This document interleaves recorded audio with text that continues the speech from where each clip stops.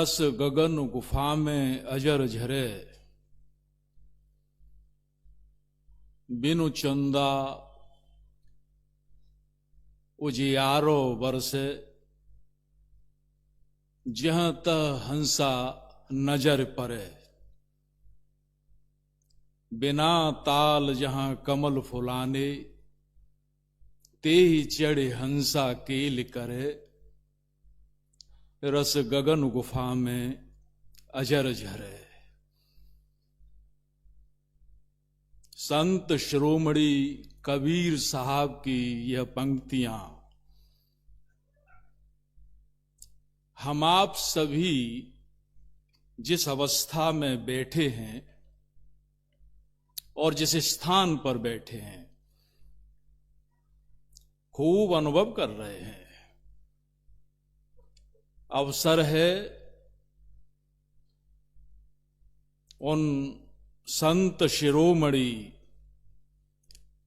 परम भागवत परम पूज्य पंडित जी महाराज का 125वां अवतरण पर्व और यह पवित्र चिन्मय जागृत स्थान उन्हीं की लीला स्थली। परम सौभाग्यशाली हम आप सभी। और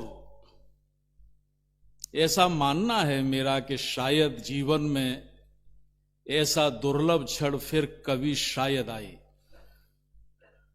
125वां यह उनका अवतरण पर्व। पूजा से पूर्व परम आराध्य से बहुत सुंदर बात आपने सुनी।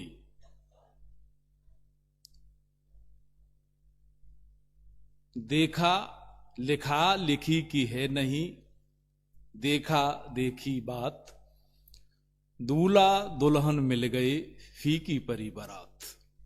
क्या वर्णन किया जाए। ये जो आयोजन होते हैं, जैसा कि आप सुन रहे थे परम पूज्य से, वह तभी तक हैं जबकि दूल्हा और दुल्हन नहीं मिलते। जिस दिन जिस क्षण वह तद्रूप हुए, वह गुरु और शिष्य, फिर वहां वाणी का, शब्द का और अन्य सारी चीजों को काम रह कहां जाता है। परम भागवत परम पूज्य पंडित जी महाराज की गाथा है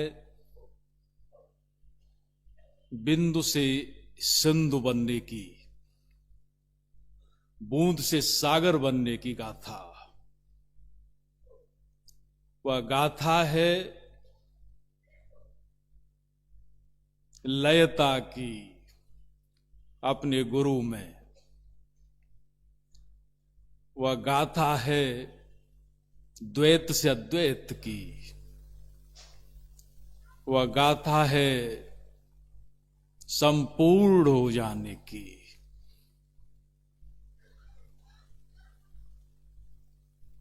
महान संत सूरदास की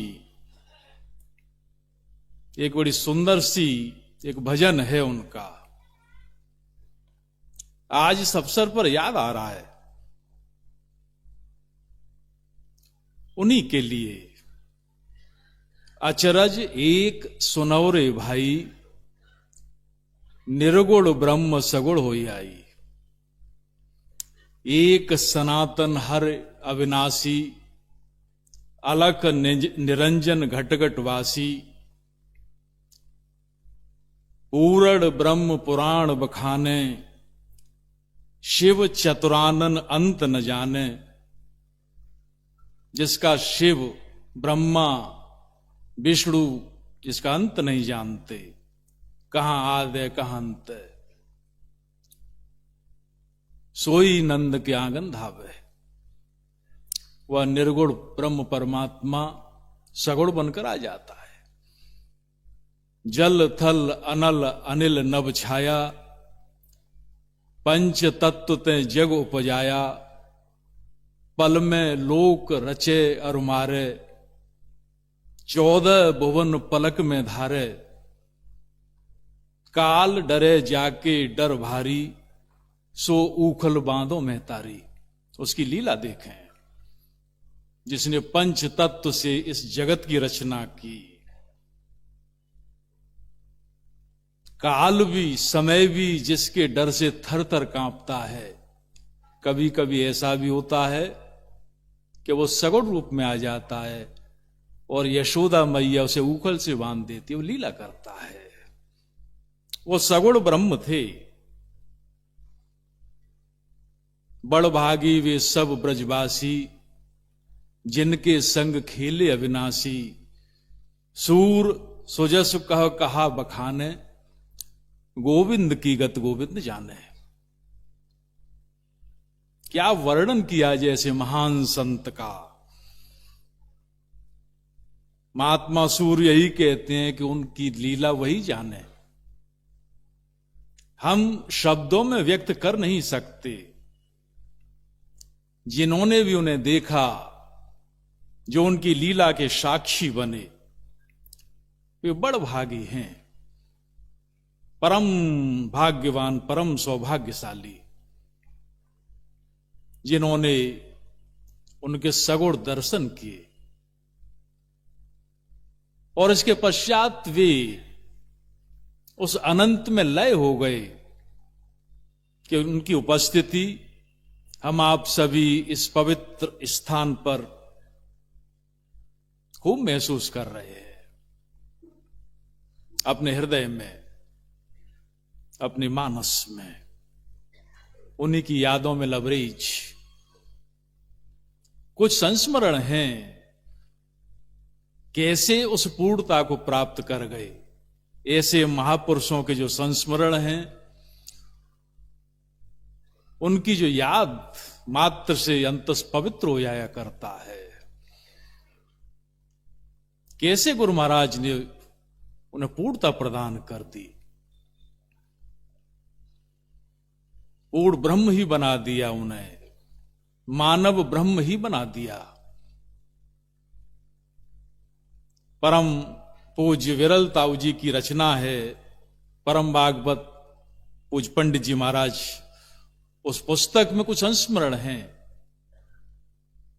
सभी ने पढ़े होंगे। किस प्रकार से गुरु निर्माण करता है ऐसे महापुरुषों का। एटा में गए थे सन 1930 या इसके बाद की बात है। गुरु महाराज के उस दरबार की भव्यता, उस ऐश्वर्य को देखकर उनके मन में थोड़ा सा ये विचार आ गया, एक विचार पकड़ लिया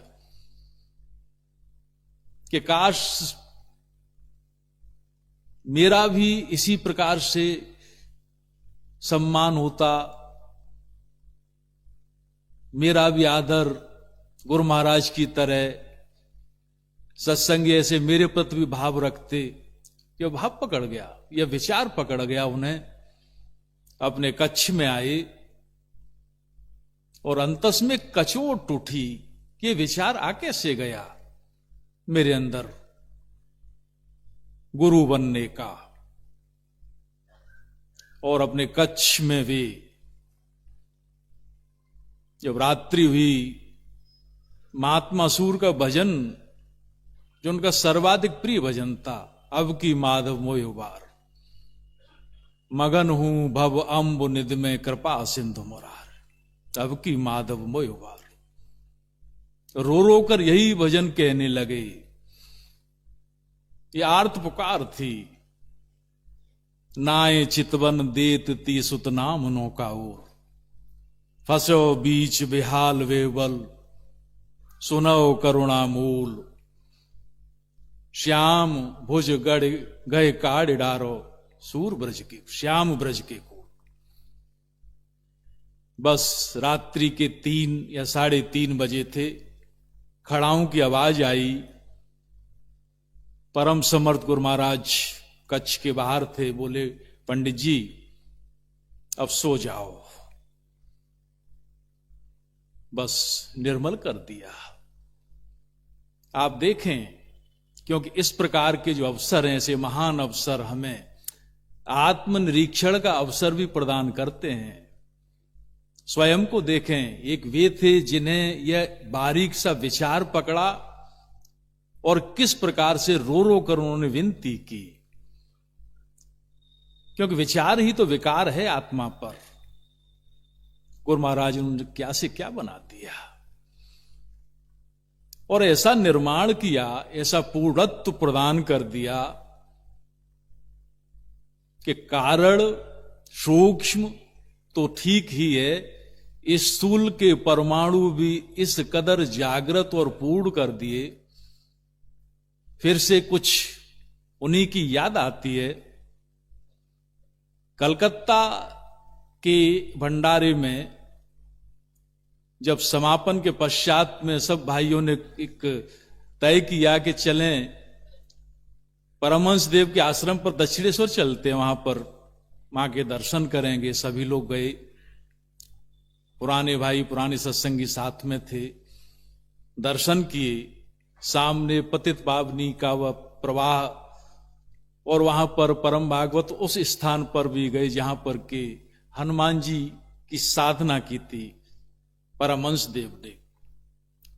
कुछ ऐसे भाव उमड़े वहां के जो सत्संगी थे कि वह उस पवित्र गंगा जल से चरण पखारने लगे उनके।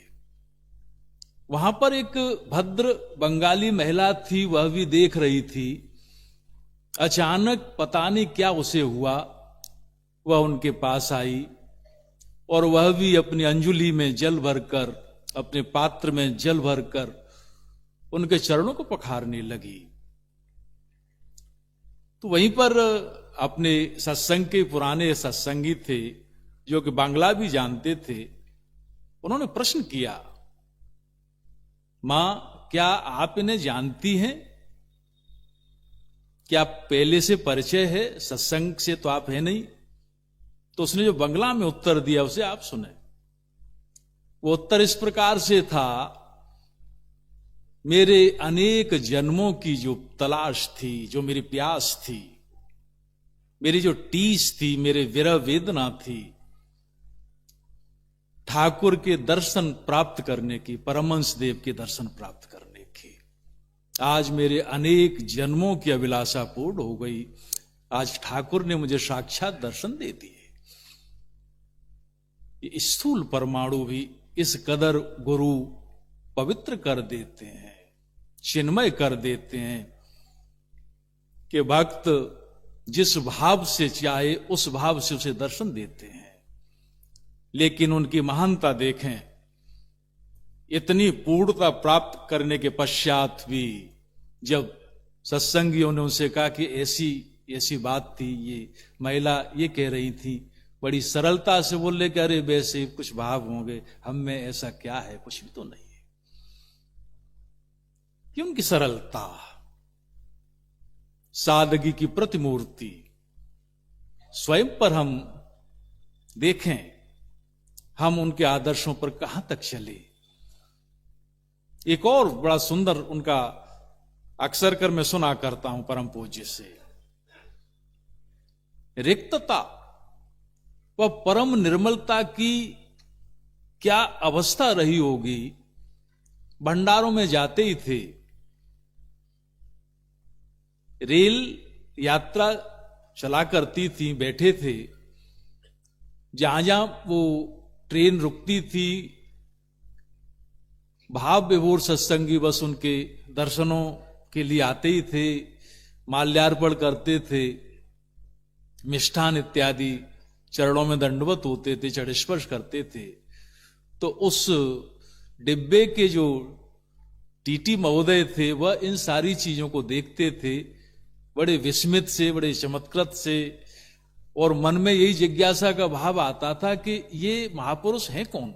सन्यासी भी नहीं लगते, कोई नेता इत्यादि भी नहीं लगते, कोई ऐसा भी बड़े सादा सी वेशभूषा है, आखिरकार हैं कौन ये? रहने गया। कुछ स्टेशन जब निकले उनके बगल में बैठ के बाजू में पूछा यही प्रश्न कि आप कोई सन्यासी इत्यादि तो नहीं लगते, कोई पुरुष महात्मा भी नहीं लगते, आप कौन हैं? यह प्रश्न था। परम भागवत का जो उत्तर था बड़ा मार्मिक था और बड़ा गूढ़ था। बोले भाई, इस रेल के डिब्बे में जो लोग भी बैठे हैं वे कुछ न कुछ हैं। कुछ नाम धारण किए हैं, सबके नाम हैं। इसके अतिरिक्त पद धारण किए हैं, पद हैं। जातियां धारण किए हैं, कुछ न कुछ हैं। और आप देखें, हम आप सब कुछ न कुछ तो हैं। मैं अपने स्वयं के होने का विचार ये भी धारण किए हैं कि मैं हूं। गहराई से देखें, परम भागवत बोले इस डिब्बे में एक व्यक्ति ऐसा भी बैठा है जो कुछ भी नहीं है, कुछ भी नहीं। शायद इस कुछ भी नहीं को देखने के लिए लोग आ जाते हैं। मैं कुछ भी नहीं हूं। कितनी ऊंची अवस्था है जहां पर कुछ शेष रह ही नहीं जाता, मैं भी नहीं रह जाता, आपा समाप्त हो जाया करता है। यहां पर वही रह जाते हैं। खुसरो की वाणी है, महान संत, महान गुरु भक्त अमीर खुसरो, लागी लागी सब कहें, लागी लगी न अंग, लागी तो जब जानिए जब रहें गुरु के संग। हम कहते तो खूब है लागी, लागी का मतलब है लगन भी, लागी का मतलब है जुड़ना भी, लय हो जाना। सब कहते हैं लेकिन शब्दों से कह लेते हैं। लागी लागी सब कहें, लागी लगी नंग, लेकिन वास्तव में उस रंग में रंग नहीं पाते। सब शब्द आडंबर ही हैं और वास्तविकता वही है, वही लागी होती है जो गुरु के संग अपने को तद्रूप कर लेता है, मिला लेता है, लय कर लेता है।